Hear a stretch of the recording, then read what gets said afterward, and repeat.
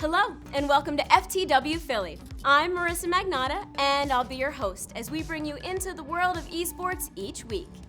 We're going to be taking a close look into this exciting industry and show you how esports is growing and thriving in our great city of Philadelphia.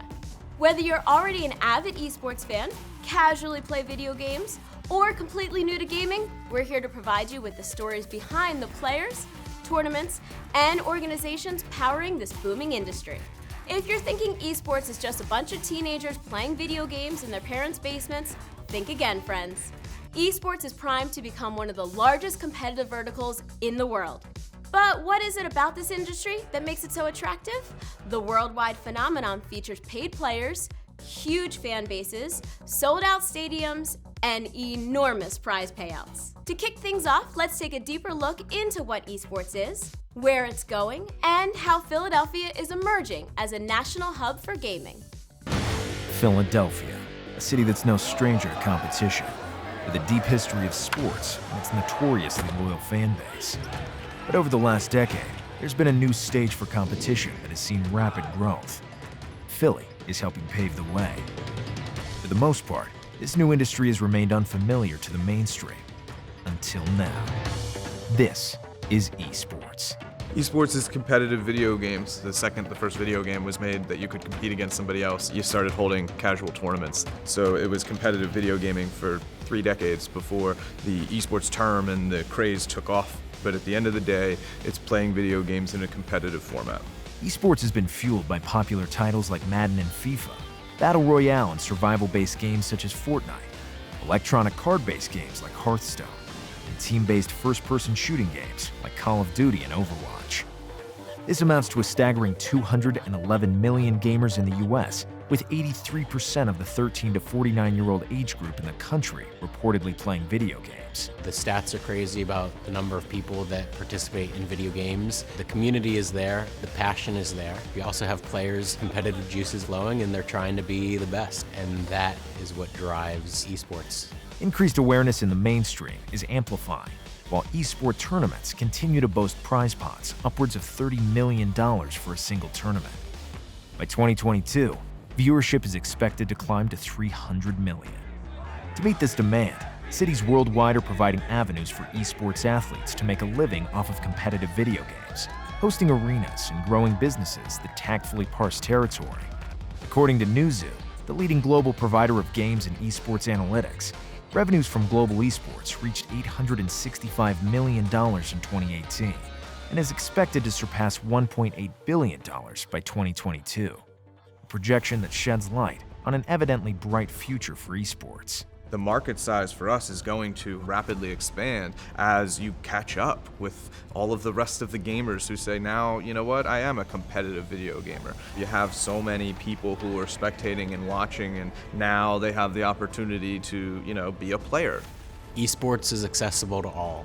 That's the beauty of it. For people that might not have connected with the traditional sport, might not be physically able to participate in a traditional sport, they can come and compete in esports. You see a lot of people of all kinds of backgrounds coming in. The thing that I like about this community is that it could be the CEO of some company versus someone that works just part-time while they go to school. And they don't know, but they're still friends because they're doing what they're passionate about. Traditionally, you'd need a computer or PC and a gaming console. But with modern smartphones, developers are able to bring detailed experiences directly to the mobile device. In Philadelphia, there are physical esport arenas where gamers can rent time at PCs or consoles to play. Here at Nerd Street Gamers, we're focused on providing competitive opportunities for those amateur and semi-pro gamers. So, the pro leagues have their events and they're bringing out thousands of spectators. We're at the facilities where those thousands of spectators can then come and actually compete themselves. Enthusiasts may elect to play casually through pickup games or organized teams.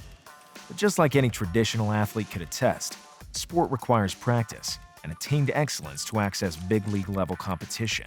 The only difference between esports and traditional sports is that you're sitting at a PC or a console. But there's still a lot of similarities in the physical and mental acuity that's needed for esports that there is in traditional sports. You have the same communication, teamwork, leadership, preparation, competitiveness. If you're not taking care of your mind and your body, you're not going to be as good of a competitive gamer. The esport world has matured from an underground status that yielded few avenues to compete and grow. Today, its popularity has brought out ranking systems and real-world opportunities to win money and potentially become salaried full-time esports athletes. It was a very niche community where you're only competing for bragging rights. Nobody really thought about money or really thought about even working in an industry surrounding that as well. And since then, everything's pretty much the opposite. People are going to college now, pursuing degrees, and trying to figure out how they can apply it within the esports industry. Organizations and sponsors across the world pay competitive esports players big money to help grow their business, eerily reflecting how traditional sports players are paid now. Not only is the esports player base growing, but we see the audience for esports growing exponentially as well. In 2018, the total number of esport hours logged on Twitch, the largest game streaming platform in the world, reached 1.2 billion. But 5.8 billion viewers logged in as non-esport competitors, showing a vast potential for popularity growth, support, and influence. We know that people watch online, the viewership is there, people like watching what they're passionate about, and people are passionate about video games. To complement this trend, several matches from 2018-2019 were even broadcasted on ESPN and received high ratings to rival the NFL. An Overwatch tournament playing on ESPN beat out Amazon's first live stream of Thursday Night Football in its opening week, boasting a whopping 243,000 viewers per minute. It's gaining incredible traction, and Overwatch is likely the heavyweight contributor to this immediate growth. In 2017, Activision Blizzard, one of the world's largest video game and film holding companies, introduced their Overwatch League to cities, which expanded the reach of esports. The League is a competitive team-based first-person shooter scenario of 6, fighting against each other in multiple game modes with different objectives to see which team can come out on top. For their 2019 season, the Overwatch League will feature 20 city-based teams competing in 560 regular season matches, leading to a playoff series and ultimately culminating in a grand final. But how far are you removed from this world? If you're living in Philadelphia, it's closer than you think. Philly will be hosting the Grand Finals, as it's home to the Philadelphia Fusion, the city's own Overwatch team. The franchise model that the Overwatch League took on, where we have these regionally based teams, it goes a long way to building support in those local communities. People that might not have connected with esports or with the Overwatch League see the Philly Fusion, and they become fans just by having that inroad. You might as well get comfortable, because Fusion is building an arena, promising to make Philadelphia one of the largest esport hubs on the East Coast. By the fall of 2019, the new Fusion Esports Arena will sit amongst Goliaths like the Wells Fargo Center, Lincoln Financial Field, and Citizens Bank Park in the sports complex in South Philly. It'll be home to the nation's elite amateur esports league, host the National Championship Series presented by Nerd Street Gamers, and open the gate to other arenas blossoming in the true Philadelphian sub-social tradition. We're in a really good place where, you combine everything that's going on right now with a future where we're about to have the most advanced esports facility in the entire world, the Fusion Arena. We're really, in a place where we can lead what it looks like for a city, a geography, or a community to both invest in and grow esports. Esports is here, and this is only the beginning.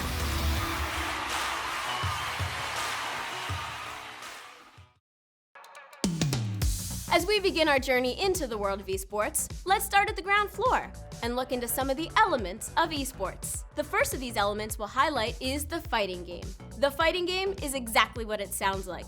A one-on-one game where two players select characters to fight against one another. If you're familiar with the likes of Street Fighter or Mortal Kombat, then you know the gist.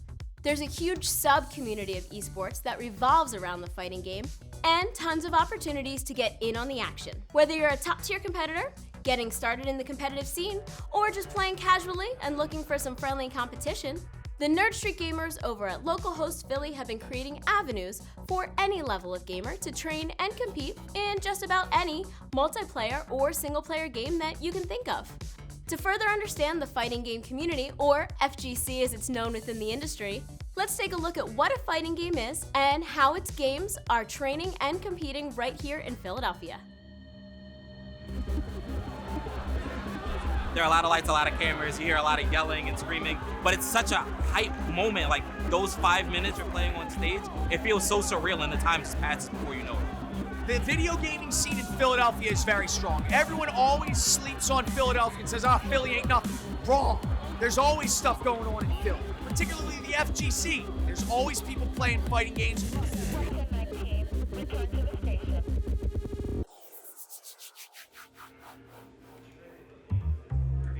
FGC stands for Fighting Game Community. It's a community of not just one specific game, but multiple ones. Behind us, we have like the Tekken, the Street Fighter, Soul Calibur tournaments about to start. Anime games like Dragon Ball, other games like Mortal Kombat. And it's a community that gets together to run events so we can all come together and compete.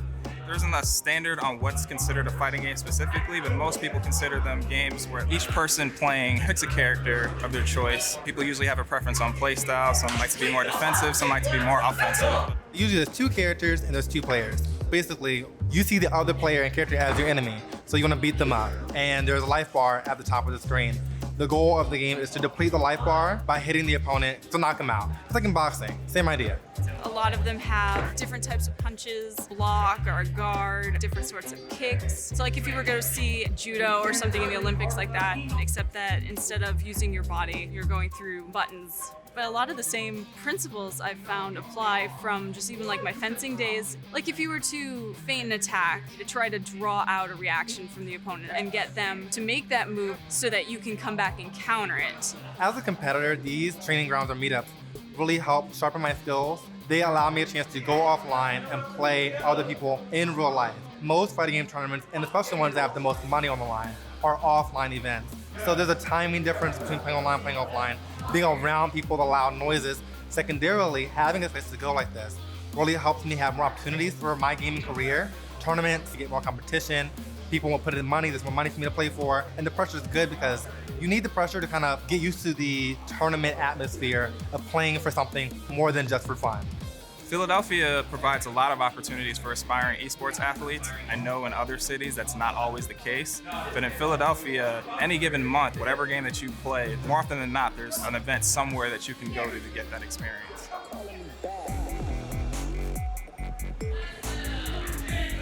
When we decided to make the tournament, we wanted it to be community focused. So we actually had a laundry list of different names that we wanted all the members, everyone that comes in, supports the events, competes, enjoys watching, gets a hand in actually naming the tournament.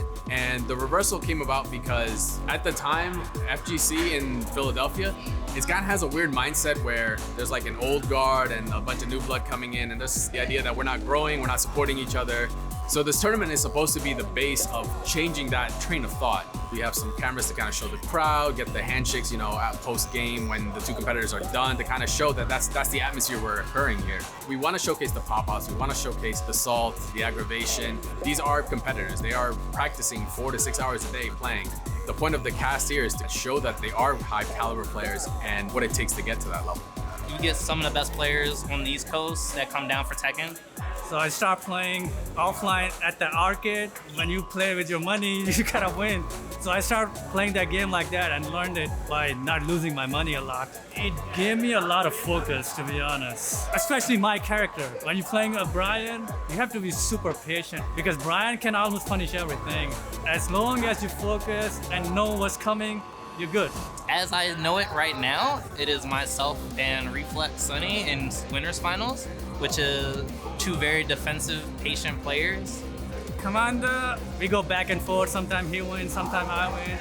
When there's 2 good people, it's only about who make good decisions, who make better decisions, who's punishing properly. He's not one of those guys you might want to just put him on the side. He's really good. It's hard to put into words what it feels like when you're winning or losing in a game, but the same passion is there. Just like in regular sports, whether you get a home run, you get that alley-oop in, that feeds the crowd, the same energy is there, and you just have to be able to tell what it is. So there's jargon, your one-frame links, your mix-ups, your cross-ups. Even some of those actually intertwine. Cross-up in basketball is basically the same deal as cross-up in a fighting game. It's a left-right that you're supposed to, whether or not figure out your opponent's gonna go left or right. And if you call it wrong, in basketball, they potentially get a chance to score. In fighting games, you get hit. These places are actually really, really important if you want to learn fighting games. If you come to these places, ask questions, no matter where you go, there will be one person better than you. if I'm not winning every match without losing a game, there's something to learn. Whether it's the smallest thing, just remembering fundamentals, or what are my neutral decisions in this moment, what could I have chosen to do better. For me, this event was like a really good practice for Summer Jam next week. In my area, I don't get to practice a lot. So this is my only last chance to come here and prepare. And so far it's doing good.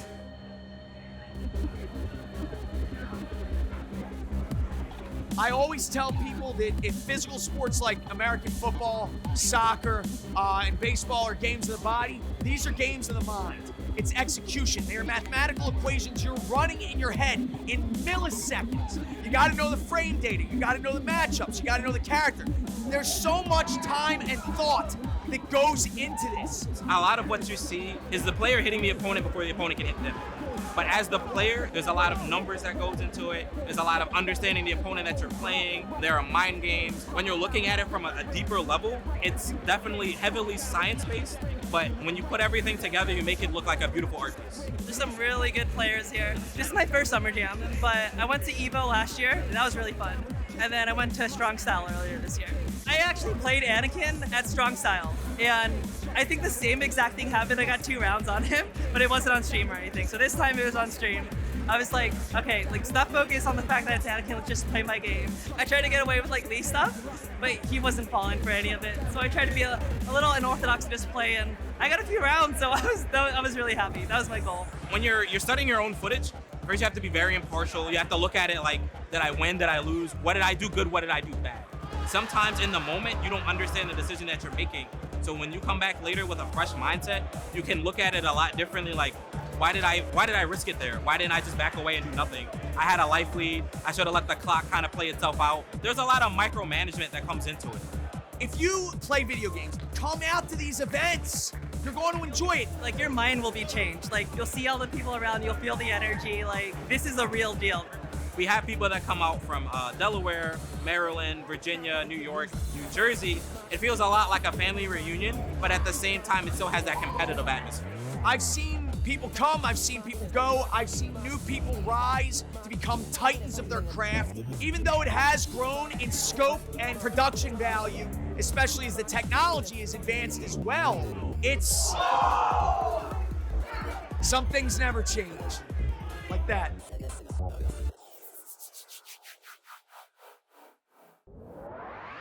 As we get deeper into the moving parts of esports, you'll start to notice that it's never too late or early to get into gaming.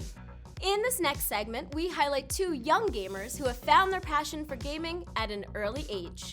Along with their parents' support while balancing schoolwork and other responsibilities, they sign up for tournaments, sometimes playing against people 3 to 4 times their age. Let's follow along to see what the next generation of esports athletes look like. It's just this great bonding experience. Everybody comes together. You like forget about the outside world. Cheering these guys on. It's one big community, man. We love it.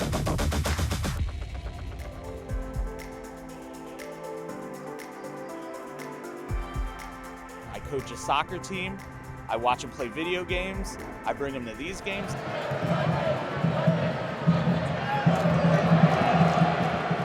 Flyers came to town. Apparently people said ice hockey will never work in Philadelphia. Now we have an esports team called the Philadelphia Fusion, and people are saying, oh, that'll never work. Every sport, baseball, soccer, ice hockey, football, they're kids games that adults play, and now esports is becoming the next thing. It's a kids game, but adults play and make millions of dollars. I found out about Fortnite from my friends. Practicing started off a bit sloppy, but it got better. My favorite thing about video games is that if you're sad, it will make you happy. My dad actually passed when I was young. My mom was just looking for something to like bring some joy into the house, so she brought a Nintendo Entertainment System home, and it was like this whole new world. Being able to express myself and just have that little piece of fun in the middle of my bedroom was an amazing experience, and like I'd love to pass that on to my son now. And the drop, get them mats. You got a strategy? Go somewhere where no one goes and then All right, let's do this, man.